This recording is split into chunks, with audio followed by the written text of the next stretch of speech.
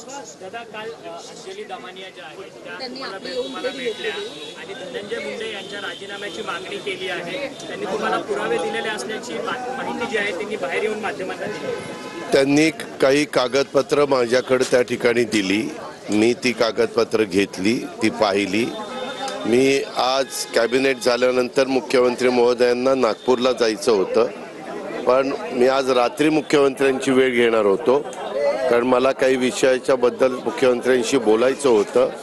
कारण डावसवरून आल्यानंतर मला म्हणजे फोनवर आम्ही बोललो, परंतु समक्ष एकमेकाशी भेटून असं मला बोलता आलं नाही। पण ते म्हणले मी जाणार आहे, तर आत्ताच तुम्ही अँटी चेंबरमध्ये माझ्या या, आपण तिथं बसू आणि मग नंतर मी जाऊन जे काही विषय वेगवेगळे होते ते म्हणले तुम्हाला जसं अंजली दमानिया भेटल्या तशा मला पण भेटल्या।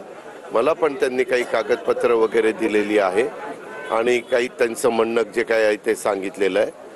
ती कागदपत्र मी म्हणलं मग तुम्ही काय केलं? ते म्हणले किंवा ते जी काही चौकशी चालू आहे त्या 3 प्रकारची चौकशी चालू आहे। एक आहे SITची, एक आहे CIDची, एक आहे न्यायालयीन चौकशी। तर त्या संदर्भात CID आणि SITच्याकडं ती माहिती, कारण उद्याच्याला कोणी पुरावे दिले तर त्याची पण शहानिशा करायला लागते, त्या पद्धतीनं ते दिलेले आहेत।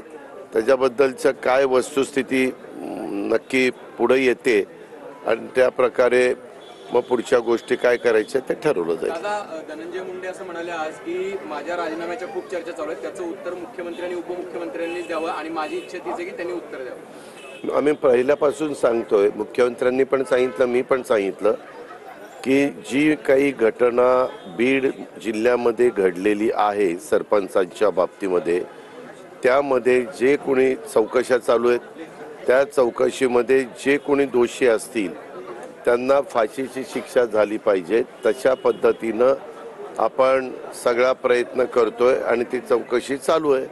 त्याच्यात जर कुणाचे आणखीन काही नावं आली तर त्यांच्यावरही कारवाई केली जाईल, परंतु जर कुणाचा संबंधच नसेल तर कारवाई करण्याचा प्रश्न येत नाही। पण संबंध असेल तर निश्चितपणे कोणालाही पाठीशी घातलं जाणार नाही आणि हीच भूमिका राज्याच्या मुख्यमंत्र्यांची पण आहे आणि माझी पण आहे। आणि एकनाथराव शिंदे साहेबांनी पण तसंच वक्तव्य केलेलं आपण पाहिलेलं आहे।